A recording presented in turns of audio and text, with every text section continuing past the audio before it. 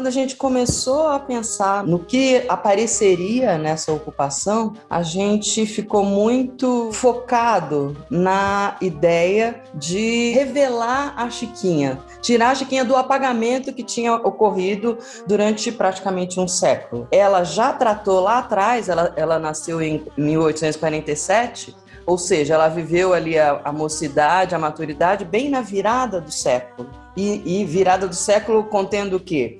Abolicionismo, contendo a mudança de regime. Então, era um momento histórico muito efervescente. Surge o rádio, e aí a Chiquinha, ela consegue, de alguma forma, estar envolvida nos principais movimentos. Ela está participando dos grupos de choro da época, participando dos teatros musicais, que traz para a música dela uma música que poderia ser uma música dentro dos moldes do que era aceito pela sociedade da época, música de salão, uma senhorinha tocando o piano na sua sala, poderia ser só isso, e ela, eu costumava brincar que ela leva o piano para a rua, é como se ela pegasse o piano dela e colocasse na rua, né? Ela estava atenta ao que acontecia musicalmente e culturalmente no Rio de Janeiro da virada do século, então isso é muito rico, assim, é muito grandioso mesmo.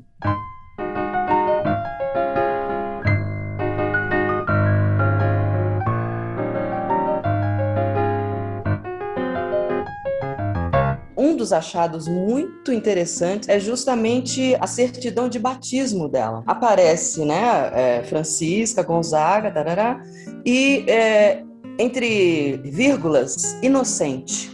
Inocente significava o recém-nascido que nascia de pai branco e mãe negra, ou o inverso, ou seja, ou pai ou mãe era liberto. Então a Chiquinha é inocente porque o pai dela era branco e a mãe era alforriada.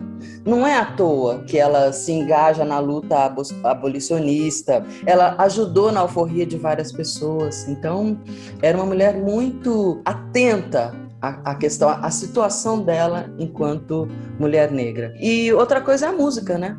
Na música da Chiquinha, a presença negra é indiscutível. Ela viveu num tempo em que se recebia muita influência musical da Europa, né? Então se tocava polca, valsa, mazurca, né? Todos gêneros importados.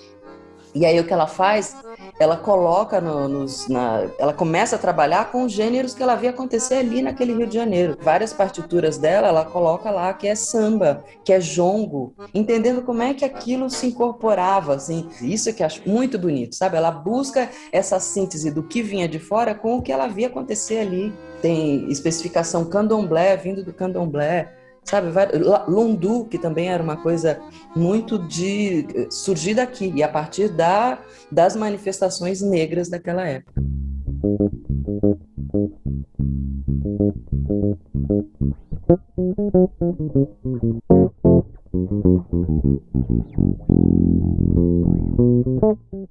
Então a partitura lá de Chiquinha e aí tem definido o que é cada instrumento e a pessoa pode apertar e ouvir aquele instrumento sendo tocado ali na hora, entender como é que é a partitura. Outra coisa são as mulheres que a gente escolheu para dar voz à Chiquinha, né? E aí essas mulheres são painéis que funcionam como se fossem guias mesmo, né? Se você fosse numa exposição, teria lá o guia que te ajudaria a fazer o percurso da exposição. E aí, já que, né, a gente está no momento em que isso é impossível, a gente pensou nessas mulheres aparecerem, elas aparecem em painéis bonitos, assim, grandes, de vidro, e aí elas contam, cada uma conta um momento da vida da Chiquinha. Toda vez que contam a minha história, terminam com a música Abre Alas, porque eu me despedi desse mundo no dia 28 de fevereiro de 1935, às vésperas do Carnaval.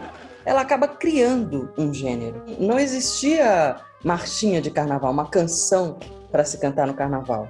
Como é que funcionava? O carnaval, na época, as pessoas emprestavam músicas de outras manifestações e meio que improvisava ali e ia cantando, né, um lundu que fazia sucesso em algum momento, entrava, era meio isso. E aí ela, trabalhando na casa dela, muito próxima de um de um ensaio de carnaval, justamente da Rosa de Ouro, que é que ela menciona na música, e ela faz essa canção. E ela nem, no momento em que ela faz, ela nem coloca o gênero, porque era tão novo, não existia. Só muito depois que foi determinado que era uma marchinha de carnaval, e aí foi gravado, as vozes foram colocadas só muito tempo, as letras, né, foram colocadas só muito tempo depois.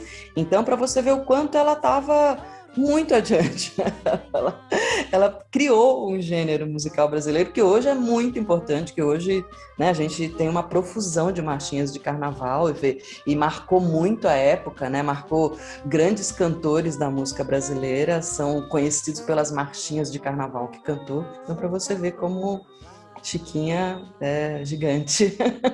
Pousei minhas duas mãos sobre o piano para criar uma música popular brasileira.